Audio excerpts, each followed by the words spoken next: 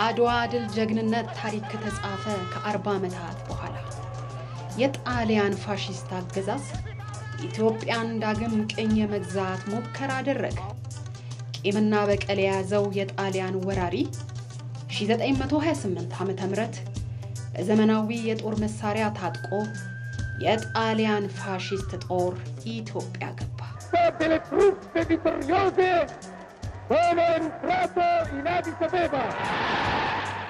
ዳግም ወረራን በእጄ የማይለው የኢትዮጵያ ሕዝብም አድዋን ሊደግም ሀገሩን ሊያስከብር ከምስራቅ እስከ ምዕራብ ከሰሜን እስከ ደቡብ በዱር በገደሉ ተመመ።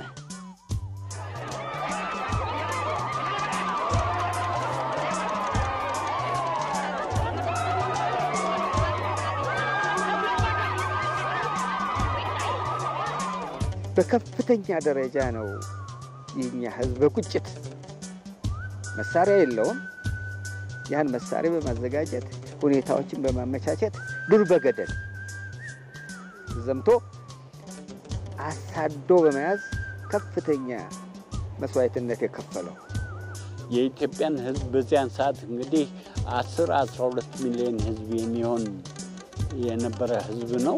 ነገር ግን 120-130 ሺህ ጦር ጣሊያን ጭኖ በአይሮፕላን በመድፍ በተለያዩ ዘመናዊ መሳሪያዎች በመርት ተደግፎ መጣ። ነገር ግን የኢትዮጵያ ህዝብ ለዚያ ሁሉ የተበገረ አይደለም። ሚያዝያ 27 የድል በዓል ሌሎች አፍሪካውያን አገሮች የነጻነት በዓል ነው የሚያከብሩት። እኛ ደግሞ የድል በዓል ነው የምናከብረው። ሳይቋረጥ የተካሄደ ትግል ነው። የተለያዩ ባህሪያት ይኖር ይሆናል። ሳይቋረጥ ግን እንደጀመረ የሄደ ትግል ነው። በእውነቱ አገር ፈርሷል ተብሎ ንጉሠ ነገሥት ውጭ ሄደዋል ተብሎ ከዛ በኋላ እንደገና አንሰራርቶ እና መሪም ራሱ መርጦ ምን ብሎ ተባብሮ የታገለበት ለምሳሌ ትግል ነውና ቀላል ትግል አይደለም።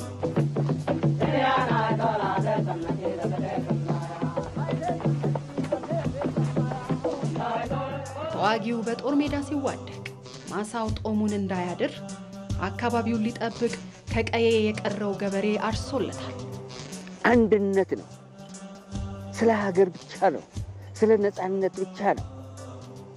ማን መጣ እንዴት እንመለሰው በምን አይነት ተከላክለን ሀገራችን ድል አድርገን ክብሯን እናስመልስ የሚለው ከፍተኛ መስዋዕት የተከፈለበት የአንድነት ምልክት ነው። ስለዚህ በያዝማቹ የሄደው ሰራዊት አለ ወደ ጦር ሜዳ በዚህኛው በኩል ደግሞ የዘማቹን ቤተሰብ የሚጠብቅ አለ። እርሻውን ያርሳል፣ አረሙን ያርማል፣ የዘማች ቤተሰቡን ይጠብቃል። ተቀናጅተው እዚህ ራብ እንዳይራብ ልማት ያለማል። ባህር ማዶ የተሻገረው የሀገሩን መወረር ፍታዊ ያለ መሆኑን በዲፕሎማሲ ሞግቷል።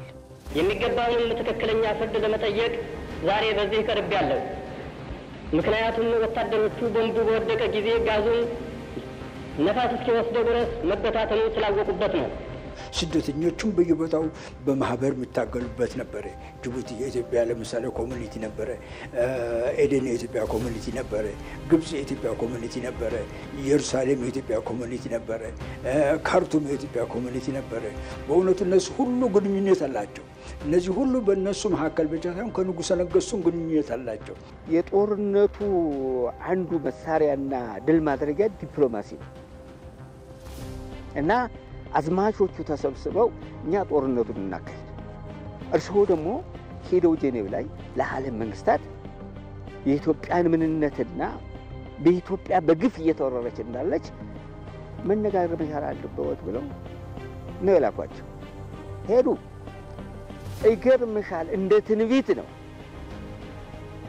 እንደ ትንቢት አነጋገር ነው። ሄደው አገሬን ጠላት ወሯታል፣ አስታግሱ፣ አርሙ፣ የኢትዮጵያ ሕዝብ እየተቀጠቀጠ ነው፣ እየተደበደበ ነው። ይህንን ነገር ካላስቆማችሁ ነገ በእያንዳንዱ ሀገር ላይ ይደርሳል። ወርለ ተራ ነው፣ ለራሳቸው ስትሉ ነው፣ እኛ እንወጣዋለን ብለው ለዓለም መንግስታት ትንቢት ነው የተናገሩ። ሲናገሩ እንደውም የጣሊያን እንትኖች ነበሩ አላናገራቸው ብሎ ሲጮሁ ምንም አልመሰላቸው ንግግራቸው ነው የቀጠሉት።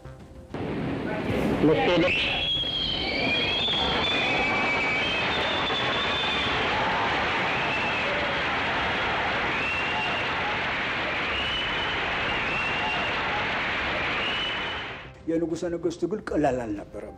በጄኔቫ ላይ የነበረው መስዋዕት ትግል አልምን ጣሊያን የኢትዮጵያን ስም ለውጦታል። አፍሪካ ኦሪየንታል ኢጣሊያን አብልታል። የአፍሪካ ቅኝ ግዛት የጣሊያን ቅኝ ግዛት ብሎ ስሙ ለውጦታል። ጂኦግራፊ እኮ ኢትዮጵያ እኮ ከጂኦግራፊ ተፈቃ ነበር። አፄ ኃይለ ሥላሴ ግን ጄኔቫ ላይ እየታገሉ ናቸው። አቷን ያ የሌለውን መንግስት ቁመው እየተከራከሩ ለምሳሌ የነበረበት ሰዓት ነው። ለምሳሌ የነበረው በእውነቱ እና ስለዚህ ስሙ ተለውጦ ካርታ ተለውጦ የነበረበት ዘመን ነው። ግን የኢትዮጵያ ሕዝብ ውጭ ያለውንም ውስጥ ያለውንም ተስፋ አልቆረጠም። እየተገናኘ ይታገልለት የነበረ ለምሳሌ ጉዳይ ነው። መጨረሻ ላይ ደግሞ ቀላል አልነበረም። ውጭ ለምሳሌ ስናየው በእንግሊዞች በኩል የአፄ ኃይለ ሥላሴ ብርታት ነው። እነሱም ከኢትዮጵያ ጋር መጨረሻ ላይ ኢትዮጵያን ገሸሽ አድርገዋት የነበሩትን የጋራ ሁኔታ ለምሳሌ በሚመጣበት ጊዜ አንድነት ተፈጥሮ በእውነቱ ያን ሁሉ ኃይል መጥቶ ከአርበኞች ጋር ተባብሮ ነፃነት ያስገኘልን ለምሳሌ ሁኔታ የተፈጠረበት ነው። ከውስጥና ከውጭ የተናበበው የኢትዮጵያውያን ትግል የኢትዮጵያን ድል ዳግም አረጋገጠ።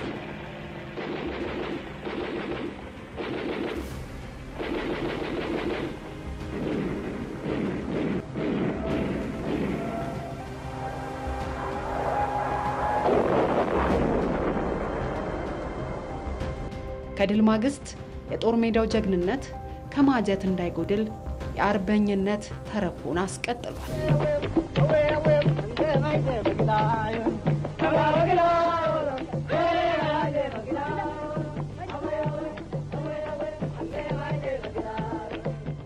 ድል አድርገናልና ወደ ቤታችን ተመልሰን ዝም ብለን እንቀመጥ አላሉ። ሲመለሱ ያልታረሰ መሬት ነበር፣ ያልተዘጋጀ የልማት እንቅስቃሴዎች ነበሩ። በህብረት ያንዱን አንድ ቀን ያንዱን አንድ ቀን አስቸጋሪው በገጠር ቦታ ላይ እርሻ ነው፣ አረም ነው። ጭቃ ውስጥ ገብተሽ ማረም በጣም ይከብዳል። የከተማ ልጆች ነው የማያደርጉት እንቅስቃሴ ነው እና ያንን በተዘጋጀ ሁኔታ የወንድሞቻቸውን እርሻ በማረስ በማረም በማጨድ ወደ ጎተራ በመክተት ትልቅ ሚና ነው የተጫወቱት እና እንደውም አሁን ከዛ ምሳሌ ነው መከላከያ በየቦታው ላይ በሚሄዱበት ጊዜ የአርሶ አደሩን እርሻ ያርሳል፣ ያለማል፣ ያጭዳል። ከዛ የመጣ በጎ ነገር ስለሆነ ይሄ እየቀጠለ የሚሄድ ነው ብዬ ነው የምገምተው። ለዛሬ የሚተርፍ እሳቤን የያዘው የኢትዮጵያ አርበኞች ተጋድሎ ትርጉሙ ትልቅ ነው። በደምና በአጥንት መስዋዕትነት ሉዓላዊነቷን ያረጋገጠች ኢትዮጵያ ለትውልድ የሚሻገር የአርበኝነት ተረክ አደራ ይዛለችና ታጋይነት ጀብዱ የመስራት ጀብድ ሰራ ደግሞ በተጋድሎ ብቻ ሳይሆን በሀብት በልማት በተለያዩ ነገሮች የሚሳተፍ ሁሉ አርበኛ ነው። አርበኛ ማለት እኮ በአሁኑ ጊዜ ለምሳሌ ማየት ለምሳሌ ከፈለግሽ አገሩን ጥቅሙን አሳልፎ የማይሰጥ ትውልድ መፈጠር መቻል አለበት። ምክንያቱም የሰልጡን አገሮች እንደዚህ ናቸው። የአገራቸውን ነገር አሳልፈው አይሰጡም። የአገራቸውን ምስጢር አሳልፈው አይሰጡም። የአገራቸውን ክብር ይጠብቃሉ። የነሱ ክብር ነውና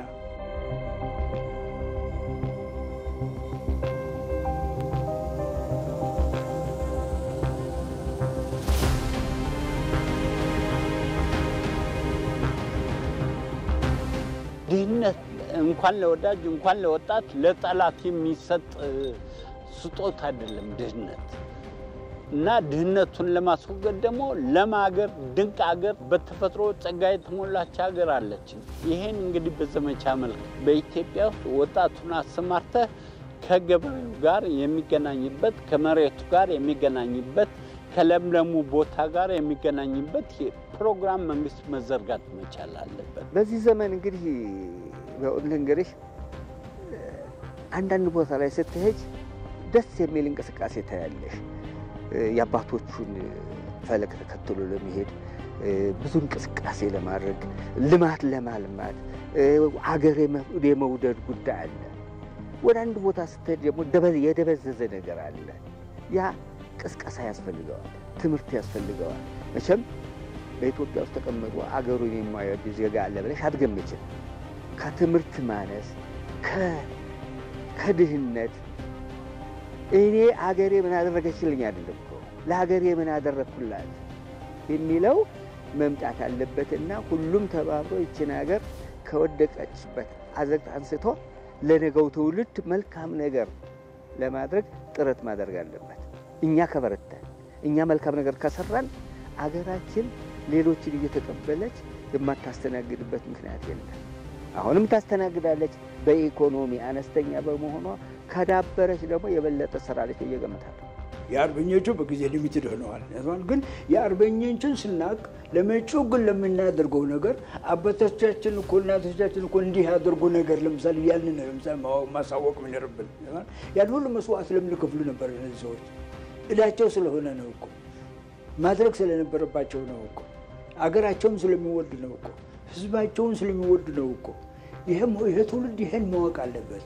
ዞን አያቶች እኮ እንደዚህ ነበሩ፣ አባቶች እኮ እንደዚህ ነበሩ ለምሳሌ ካለ ከታሪኩ ለምሳሌ ሲያነበው የበለጠ ለምሱ ለምሳሌ ሊነሳሳና እንዲሰራ ለምሳሌ መንገድ ይጠርግለታል።